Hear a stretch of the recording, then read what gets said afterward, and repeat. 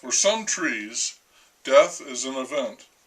They're hit by lightning, killed by a pest, damaged by flood, cut down, or blown over by a strong wind. For many trees, though, death is a process. And from my casual observation, so just the visible part of the tree, death begins at the top. I'm just saying. In this and the following clip, I'm going to consider two books that were recommended to me by people I don't personally know. I met them, encountered them in that huge chat room, the internet. The first was the fellow who made the video about trying to learn to ride the backwards bicycle. I liked that clip so much that when, at the end of it, he stuck in a plug for a book, I was totally inclined to check it out. The book he mentioned is An Astronaut's Guide to Life on Earth, which I thought was a catchy title, and it was subtitled What Going to Space Taught Me About Ingenuity, Determination, and Being Prepared for Anything. Fair enough. I was looking forward to reading this book, but it turned out to be, for me, a disappointment. Part of the problem may be that the author is an astronaut, which means a sailor in the stars. And astronauts, because of what they've been through and seen, can be quite full of themselves. They take it for granted that they are in another world of interesting, out there beyond rodeo cowboys, computer wizards, and mob bosses.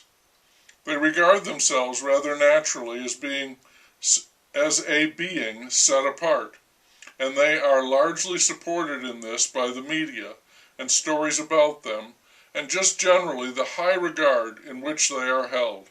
Your dad's an astronaut? Wow. Astronauts seem to me to be not just an extension of the Boy Scouts, as super straight arrows, but also Eagle Scouts, pushed to the highest degree. I think Neil Armstrong was an Eagle Scout, and he is an apotheosis of the type, one who takes be prepared not just as sound advice, but as the key words to live by. For an astronaut, the good book, the gospel, is not the Bible, it's the checklist. That's where they find what they need to live. So when this man, in his book, stressed preparation and determination and ingenuity, all of which appeared in his subtitle, it didn't come as news to me. And then he would praise competence and say that being an astronaut means that you exemplify or epitomize competence. Well, what can I say? I hope so. I mean, we wouldn't want to spend billions of dollars on a space program and then send up incompetent, untrained, ineffectual people up to implement it, not unless Curly, Moe, and Larry were shooting a movie, orbiting stooges, or maybe Cheech and Chong, high in space.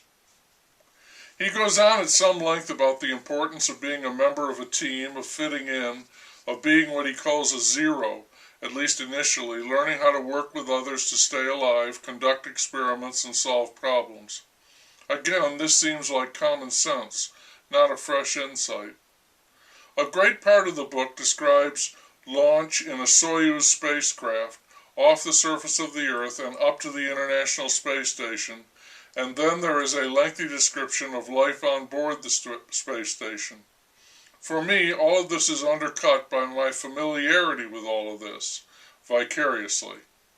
I've seen many launches, and there are numerous videos on the internet detailing views of the planet from space and all of the idiosyncrasies of weightlessness and life on the space station, from running experiments to extravehicular activity while making repairs or installations, to this author brushing his teeth, to how does an astronaut go to the bathroom, a subject which seems to fascinate everyone in the world but me. The author is an agreeable person and seems to be admirable in every respect. As a father, he reminds me of the great Santini, a man who was both a tremendous inspiration and an enormous pain in the ass. And it's not like this guy needs my approval. He's lived his dream. He's been into space 3 times. He's got his own TED Talk. He's got a bunch of clips on the internet, including the music video Space Oddity that now has over 25 million hits. That's an odd choice, I thought, given that the David Bowie original relates the story of a spaceflight that goes horribly wrong. He also wrote a book, and it's been published, so he's doing okay. I applaud the man for his distinguished career, but I don't think all that much about his book. One thing, he says it took 2 weeks before he could move well in weightless conditions. I think the man with the backward bicycle would know all about that.